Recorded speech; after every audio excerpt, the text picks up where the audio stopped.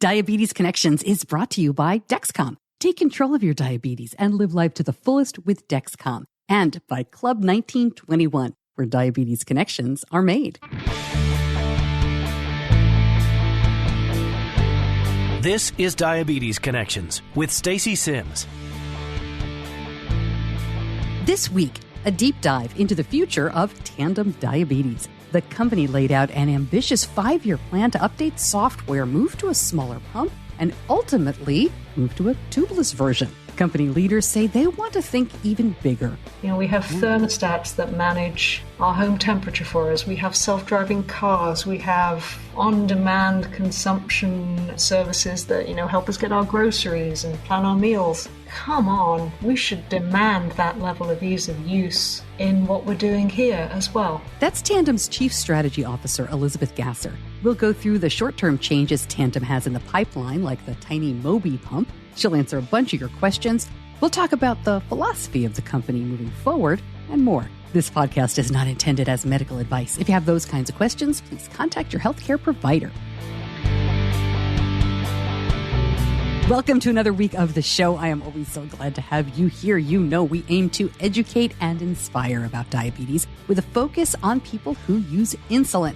Back in December, Tandem made a big splash with their very first research and development presentation. If you haven't seen that, I highly recommend it. It is rather long, but it's definitely worth checking out. I'll link that up in the show notes, and you can always find out more at diabetes-connections.com. But in this R&D presentation, they laid out a very ambitious 5-year plan for the company, which we're going to go through and talk about in detail today. Quick date check for you. This interview was taped on January 10th, 2022, and we're releasing it on January 25th, 2022. So as of right now, the FDA has not approved anything new for Tandem, no mobile bolus. That is in front of the FDA, and we'll talk about that and so much more. There were a few questions I didn't have time to get to or that you sent in after the interview. So I sent those to Tandem, and I will come back after the interview. I'll update you and answer what I can. Also, after the interview, if you are a healthcare provider, a diabetes educator, an endocrinologist, if you work in those offices,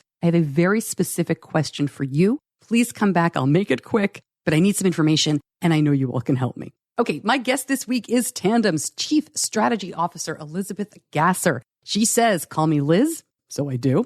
Her background isn't in diabetes. It is in strategy and corporate development, working at Qualcomm in their Internet Services division and at Open Wave Systems, the world's leading mobile browser provider at that time. And we talk about what it's like to come from that world to this one. I think it's really important to kind of get an idea for these individuals, who they are, who are making these decisions that affect so many of us. And of course, we go through that Tandem 5-year plan, product by product.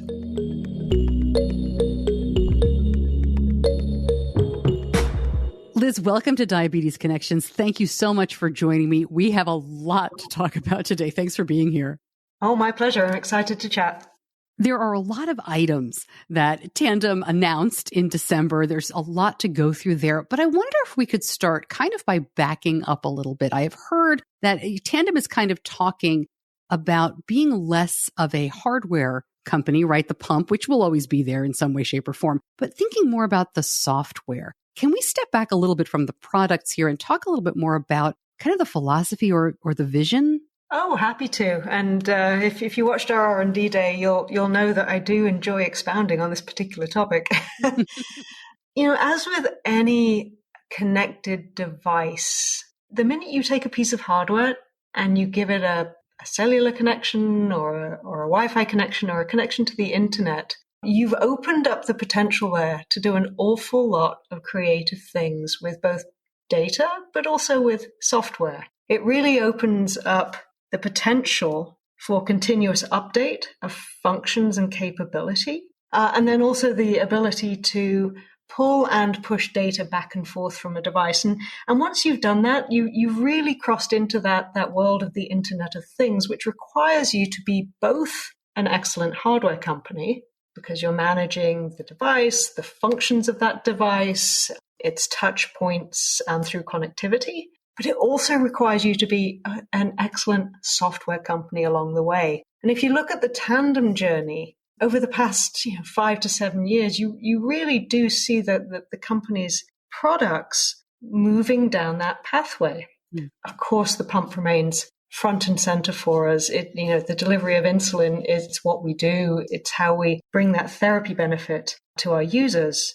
But you also see us start to do things like the ability to update the pump software itself. That unlocks new features and functionalities, including the algorithms, which we can now continuously update. It allows us to update the different types of devices we integrate with. You'll see we've obviously moved from supporting Dexcom G5 to G6, and we're moving to G7. That's all done through software updates. And so it's really hard to be in this space and to be talking about connectivity and connected devices without also embracing the fact that you really are a software company and have to be incredibly good at it to deliver the value that you want to deliver to your customer base. I do remember years ago, our first pump, and I say our because Benny was 2 when he got it. So it was definitely it was a group effort, but it was the Animas pump. And then a few years or months, who remembers, after he got that, there was an update where you could bolus from the remote meter. But we had to wait until our insurance would cover, until we were up for a new pump. We had to wait, I think, 3.5 years before we could get that. And so when we switched over to Tandem, I think we had the pump for a month when there was a software update. So it really has changed. To your point, it is really remarkable to see that.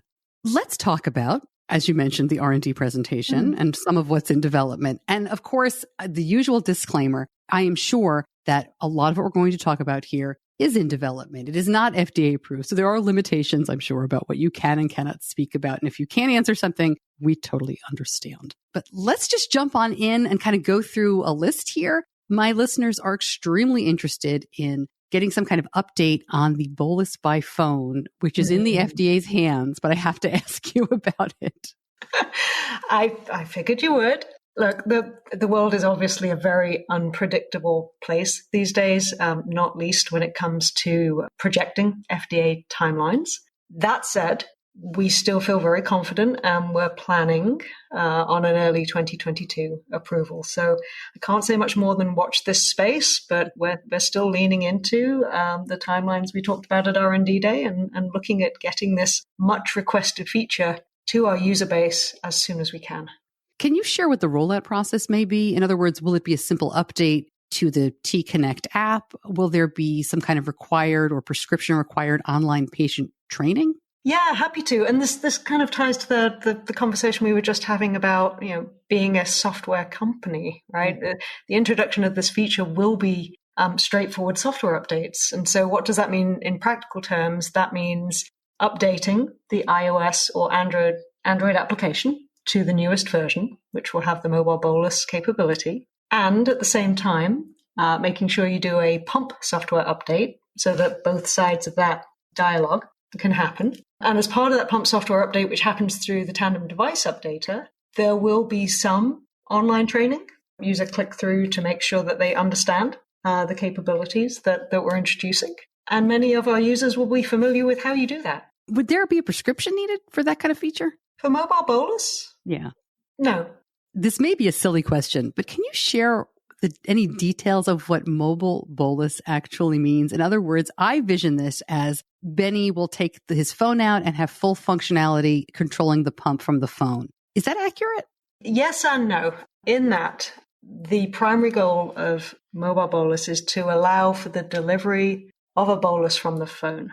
So in that sense, you're absolutely right. It will become, for most of the day, the app will be the vehicle through which you can interact with the pump.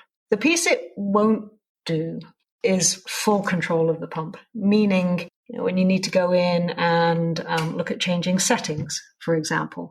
That's not going to be in the mobile bolus release. That's something that you don't have to do all the time and can reasonably be done by taking the pump out and using the user interface on the device. As we get to the Mobi launch, obviously that will not have a screen. And so those control features, what we call full control, will migrate into the app as well for the Mobi pump. Of course, yes, that makes perfect sense. I'm not going to let myself get too far ahead because, boy, do I want to ask you about Mobi. But To just stay on mobile bolus for one or two more questions.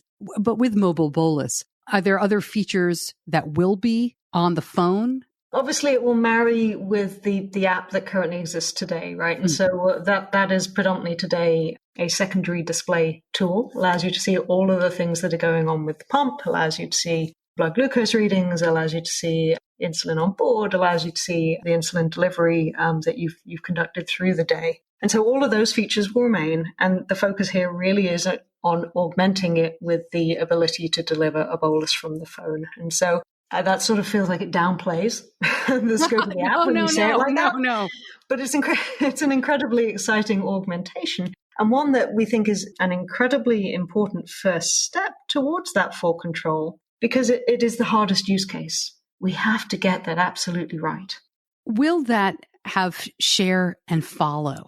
Is that something that you're working on for down the line, or is that something that may come sooner? It's a really good question. And we do recognize that share and follow is incredibly important to our users and their families. We're continuing to look at where explicit share and follow capabilities fall on our roadmap and what the best path to implementing that is. In large part because there's a diversity of CGM follow options out there, including our own SugarMate application, which can be used for blood glucose monitoring in a follow capacity. And so we don't have roadmap dates to share at this point in time.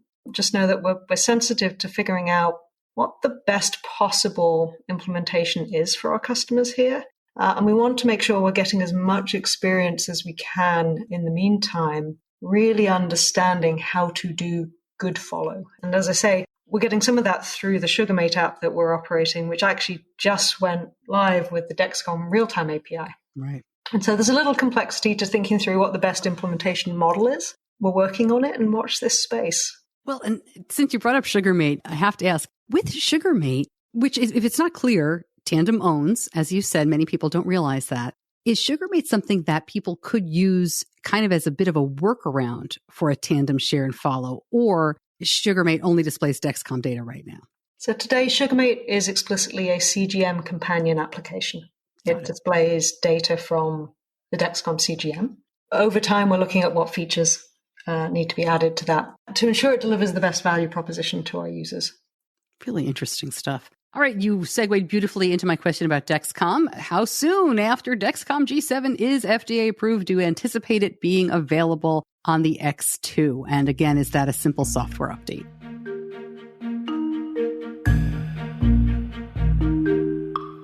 Right back to our conversation. But first, Diabetes Connections is brought to you by Dexcom, which we're just about to talk about there. And one of the most common questions I get is about helping children become more independent. You know, those transitional times are very tricky. Elementary school to middle to high school, you get what I'm talking about. Using the Dexcom has made a big difference for us. It is not all about share and follow. I mean, that is very helpful. But think about how much easier it is for a middle schooler to just look at their Dexcom rather than do 4 to 5 finger sticks at school. Or for a second grader to show their care team the number before gym. At one point, Benny was up to 10 finger sticks a day, sometimes more. And not having to do that makes his management a lot easier for him. It's also a lot easier to spot the trends and use the technology to give your kids more independence. Find out more at diabetes-connections.com and click on the Dexcom logo. And now back to Liz. I just asked about Tandem's planned integration of Dexcom's G7 when it is approved and released.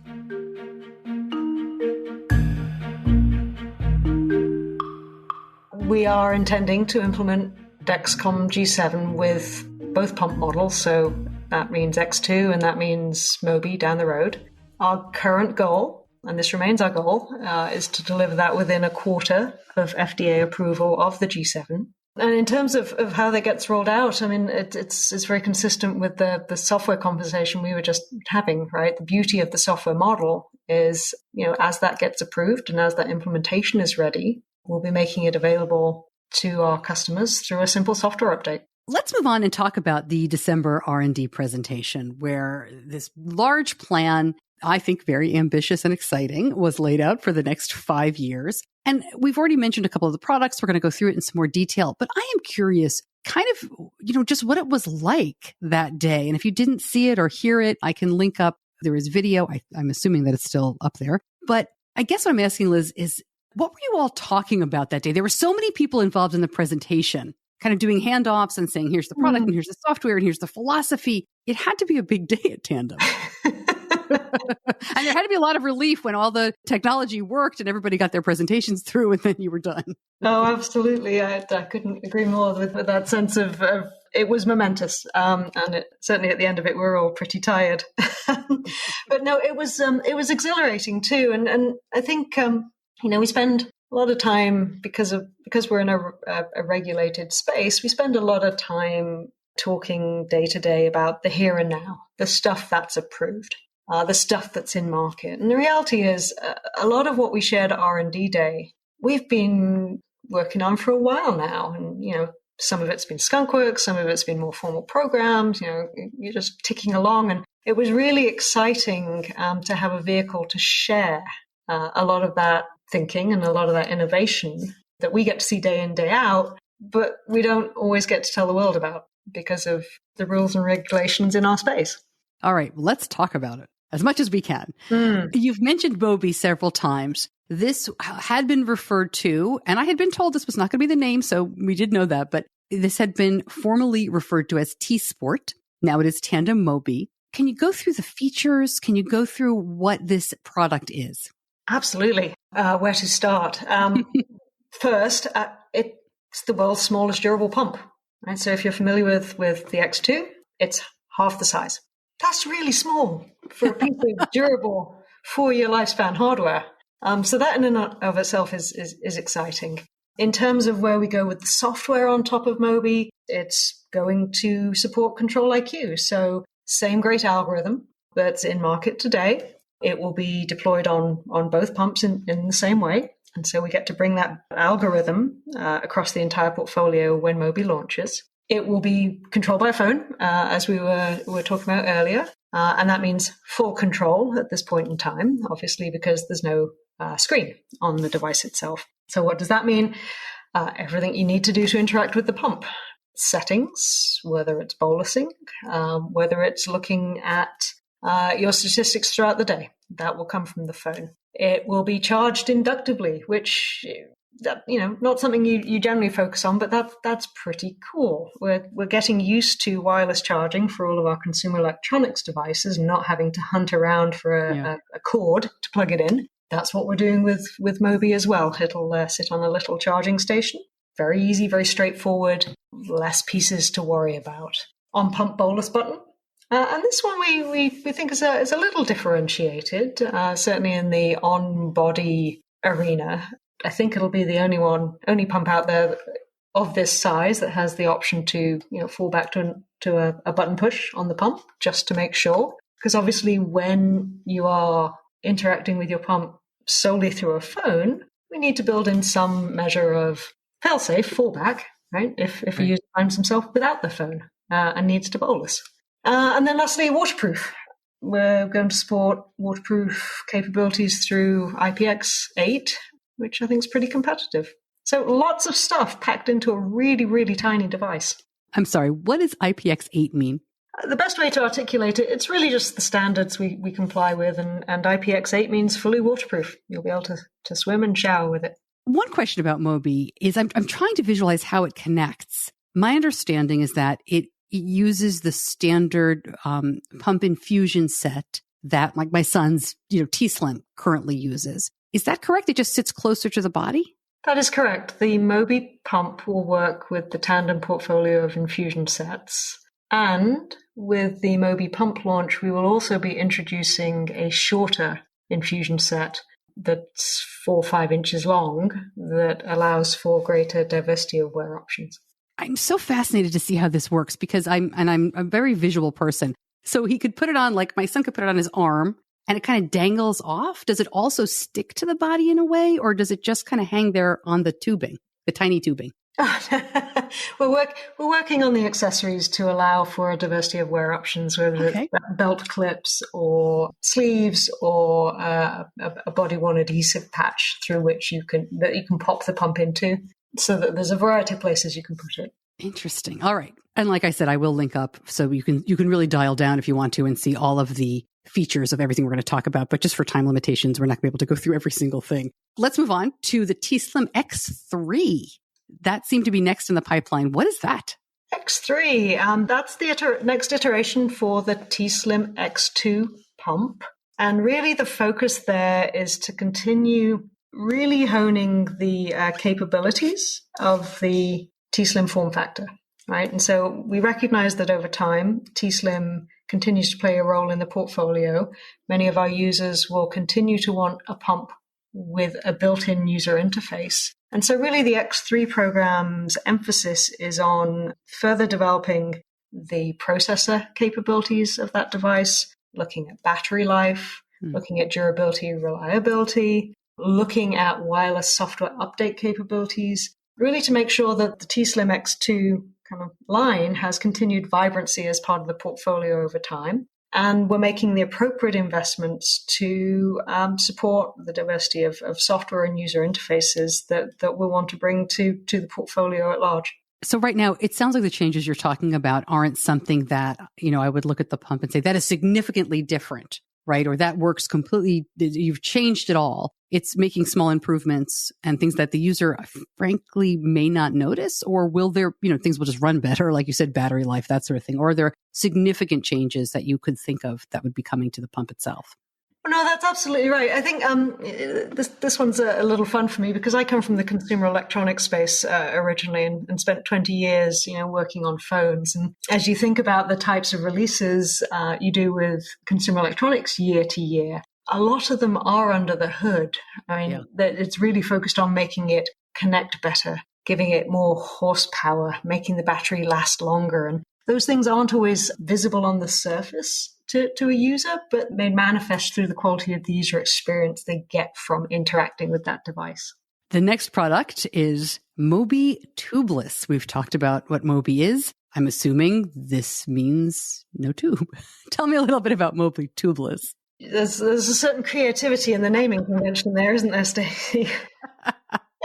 We shouldn't laugh. It's a very big deal. It's a very big deal. No, I say that affectionately. And look, it's back to the conversation we were having on kind of the Mobi shorter infusion set and different body wear options. More ways to wear Mobi, right? We recognize that not everyone ultimately wants a pump with a tube.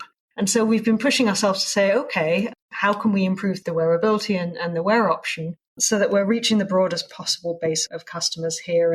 And this one's kind of an example of the things that we've had in the hopper for a while that not everyone gets to see. We took a little trip in the Wayback Machine and dusted off some of our earliest thinking on Mobi here. And Mobi, a tubeless infusion site option, has been in our minds for a while. And so we felt it was the right time to bring that idea back, to look at how to make it a reality as we get closer to the official launch of Mobi.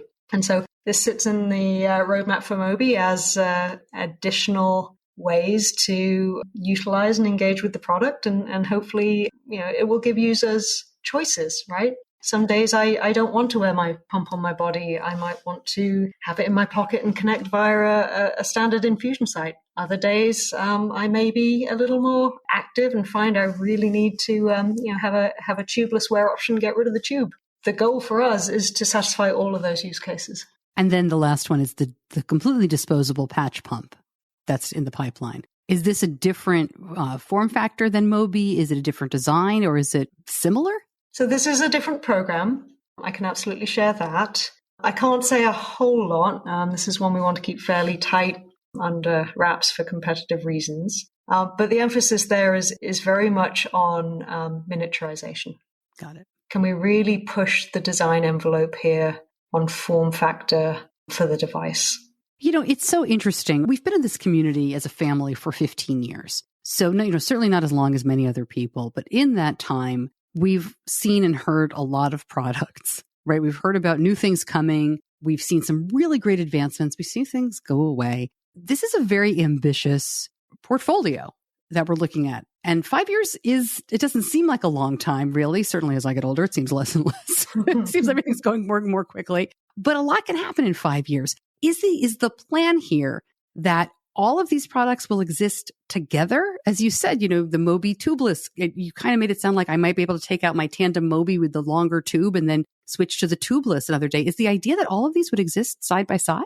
That's a great question, Stacey. I think the best way to answer that is to really reflect on the fact that we do fundamentally believe the diabetes space, and particularly insulin-dependent diabetes, is a far more segmented market than maybe industry analysis would lead us to believe. We often talk about type 1 and type 2 as if those are the only segmentations that are relevant. We do actually think there's various needs that we should appropriately be segmenting around, including wear preference, form factor and user interface, size.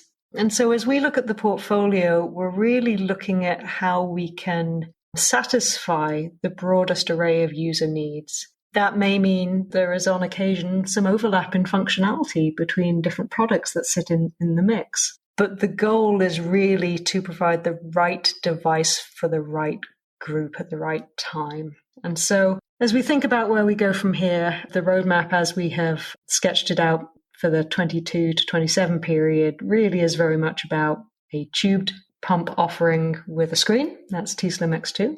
A smaller form factor, a more discreet phone-operated screenless option in the form of Mobi. And there the goal really is to create as diverse an array of wear options as we can to satisfy the needs of different user groups and their day-to-day activities. And then past that, as you think about the idea of a patch and a disposable patch, that exists as a third category that over time we'll have to see how these different offerings play out with the segments that they're serving. And they are likely to coexist. So interesting. As we begin to kind of wrap this up, I did have a couple of questions from listeners I wanted to get to. And one of them was about Control-IQ, frankly, and any changes coming. In other words, we had heard a lot about changing the target rates lower than 160 and 180 that they are right now. Not the target rates, that's when the pump takes action, that kind of thing. And I remember hearing that there was something in front of the FDA. I don't know how much you can share, but can you talk to us about changes coming to Control-IQ? Yeah, happy to talk about the design goals. In terms of Control-IQ today, it's delivering great outcomes in its current instantiation. I think one of the things it's helpful to understand about algorithms is that they're all going to work in different ways. It's like chocolate chip cookie recipes, if you think about it. Lots of people have them, but it's how you put the pieces together and in what order, and it's the secret sauce that affects how it tastes. Similarly, with algorithms, a lot of it comes down to how you put it together. And it's not always practical to compare from one to another. The real test is, are you getting users to where they need to be in terms of, being able to achieve their time and range goals, for example. And so I think it's worth wrapping your head around that idea up front. Now, having said that, for the Control-IQ roadmap, our next development frontier really is very much around personalization and usability. While we're not going to get into very specific, roadmap feature intersections at this time, we're exploring quite a bit here. And Jordan alluded to this a little bit in our R&D day discussion. Part of personalization for us does include exploring lower target ranges and personalized target ranges and looking at what it would take to deliver on those capabilities. Here's a real speculative question that I don't expect you to answer. I'm hearing in the DIY space that more and more people are coming up with algorithms that don't need meal announcements or don't even need meal boluses. Is that something that Tandem is working on for an algorithm? Or I guess the real personal question is, can you please, Liz, help me because my son forgets to bolus for many meals. He's 17, he's very independent, but oh my gosh, when I see people working on things like that, I just feel like that would be life-changing. Yeah, meal handling, unannounced meals, unannounced consumption. It's the hardest thing. Yeah, it's the hardest thing to confront with the algorithm here. It is fair to say that as part of our ongoing roadmap explorations, we are looking at what it means to improve unannounced meal handling.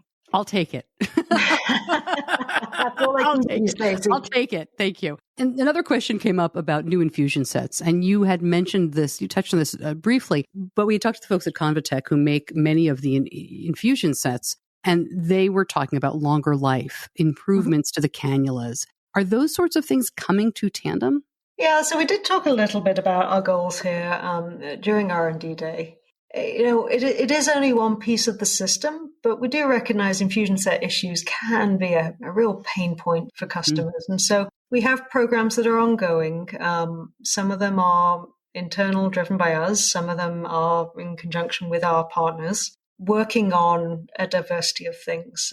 Some of it is extended wear time, which we know is important. But we're also looking at insertion ease and usability there. We're looking at how to reduce infusion site failures, specifically around occlusions.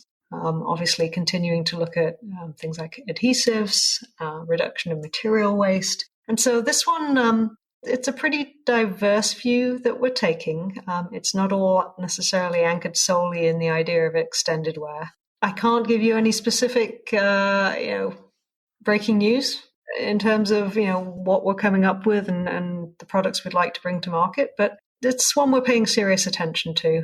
We recognize that, our customers want to see progression here. Yeah, I have been amazed since day one of pumping. I feel like the infusion sets have, at least for us, and everybody is different and everybody's skin is different. Everybody's insertion technique is different, which is part of the problem. But, I've just been amazed. To me, it has always been the weakest link of pumping. And the idea that I'm using pretty much the exact same infusion set that I put on my son's body 15 years ago, just with all the advances that we've had, to me, that's the one that needs much more attention. So I'm really, really glad to hear you're working on that. All right. So this is not a question, but this was a thought that ran through many of the comments. Many people wanted to say, thank you for getting, this is terrible. Thank you for getting Control-IQ through the FDA before COVID. Because, oh my gosh, nothing has happened since this was approved, December of 2019. And many people started getting it. I think the earliest was January of 2020. In the diabetes community, it feels like very little, although there have been approvals, but it feels like everything is moving so slowly now. So I'm sure Tandem is happy about that, but I know the community is well. So I'm not sure if I can even ask you to answer. There's no question there, but thank you. Oh, I'm not sure there's any good answers there either, Stacey. I certainly applaud the yeoman's work going on at the FDA to manage through this crisis. And certainly while it's frustrating to have extended approval cycles, and yes, in retrospect, a blessing that we secured approval prior to COVID, I can't do anything but feel respect, admiration, and a little bit of sympathy for our friends at the FDA. Yeah. And I don't know if you can answer something like this. Have you heard that they're kind of making their way through? It just seems like there was such a log jam, and understandably so. Any feeling, any word that they are kind of clearing the decks, so to speak? I don't think it's my place to comment on their workflow there. I tried. You can't. We do have good back and forth with the FDA. We communicate with them regularly. And so they continue to engage with the industry constructively and productively. All right. Before I let you go, you don't live with diabetes. As you said at the very beginning, you come from a software background and that sort of thing. What is it like to come from that and work in diabetes, where the work that you do? I mean, here I am complaining about infusion sets and, change the bolus from before it reaches 180. We're talking about all of these little things add up to such quality of life issues for people. What has it been like for you to work in this space? That's a great question. It's one that I think you're the first person to ask me to reflect on. I think it is both sobering and invigorating. Sobering because, when you come from a world that's, focusing on, clicks and engagement and eyeballs and consumption of media, you can get lost in the little things, and really stepping back and recognizing just the enormity of what type 1 diabetes is and the burden it places on people's lives day to day, and feeling like I can show up to work and even in a little way help with that. That's sobering and profoundly rewarding.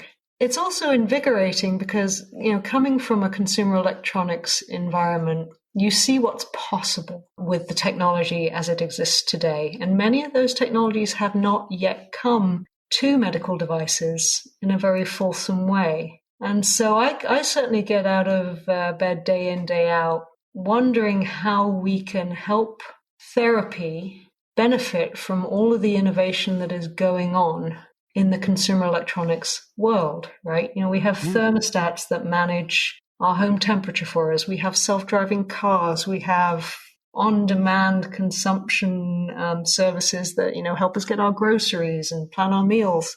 I don't mean to trivialize the differences that are involved in translating that to medical devices. But I also think as you look at that and say, come on, we should demand that level of ease of use in what we're doing here as well. And so that's profoundly motivating. That's great. Well, thank you so much for sharing so much information, for answering what you could answer. And I hope we talk again soon. My pleasure. Thank you, Stacey.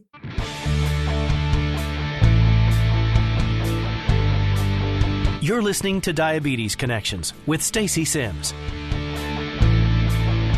Lots more information at diabetes-connections.com, including the link to the research and development presentation. If you'd like to watch that or just listen to it, I will link that up over on the website along with the transcription. I really appreciate your patience with the transcriptions. I think we do a great job, but my transcription software doesn't speak diabetes. I try to teach it, but it is a little unreliable that way. We go through and try to catch the big stuff. But if you do see anything egregious or very confusing, please let me know, and I can pretty easily fix that.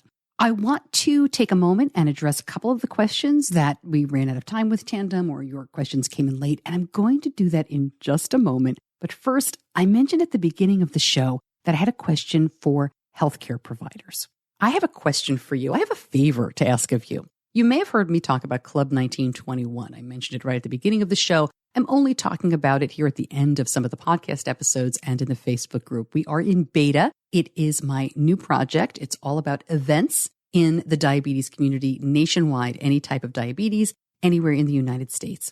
I need your help because it's very easy for me to find the big events, right? Friends for Life, JDRF, even ADA stuff online. What I would like to add to the website and what I think will be vital to its success are all of the events going on in your hospitals. Almost every hospital has a nutrition program for people with type 2, an education program for gestational diabetes, things like that. They can be virtual, they can be in person, but I need to find those programs. I need to get into those hospitals. I need to reach the people who want to add those events. This is not a community calendar where I hope a couple of groups post their events and we all go from there. I want this to grow into a site where thousands of people with diabetes, any type of diabetes, find their community, find help, find what's being offered.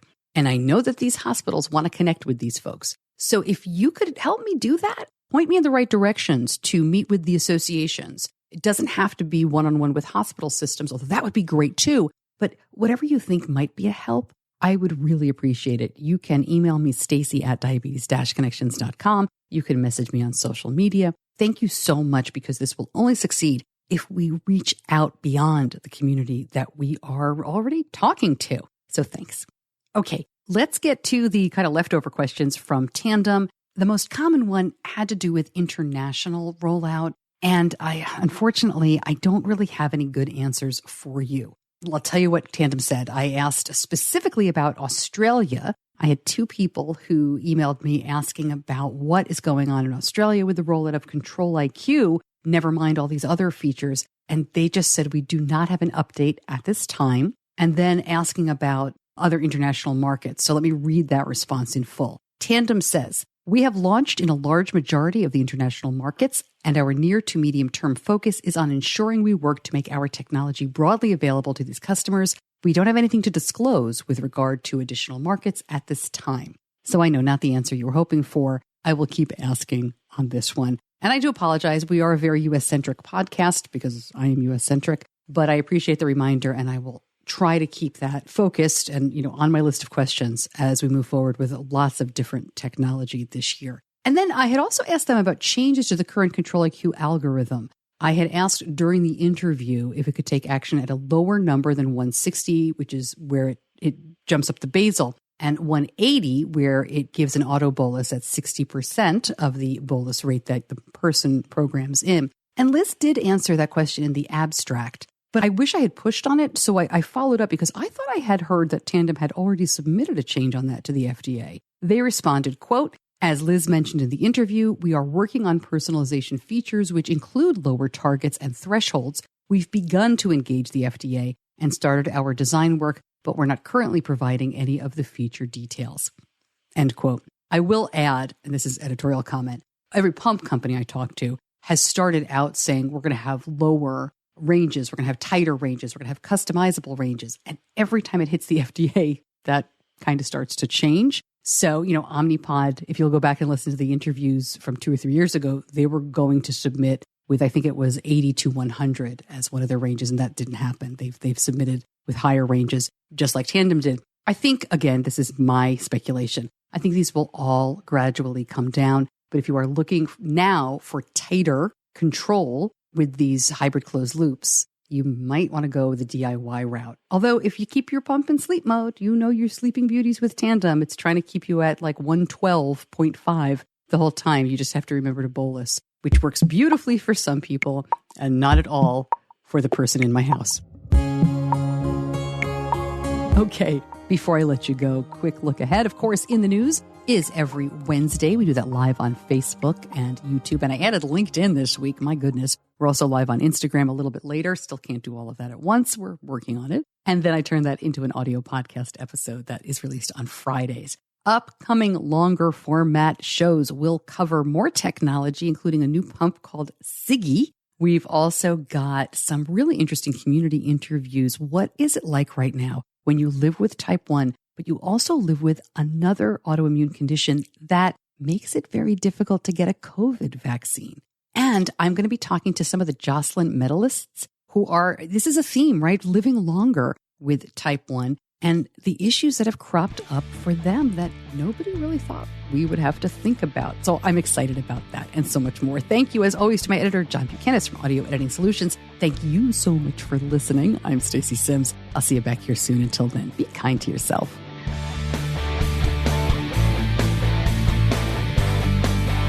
Diabetes Connections is a production of Stacey Simms Media. All rights reserved, all wrongs avenged.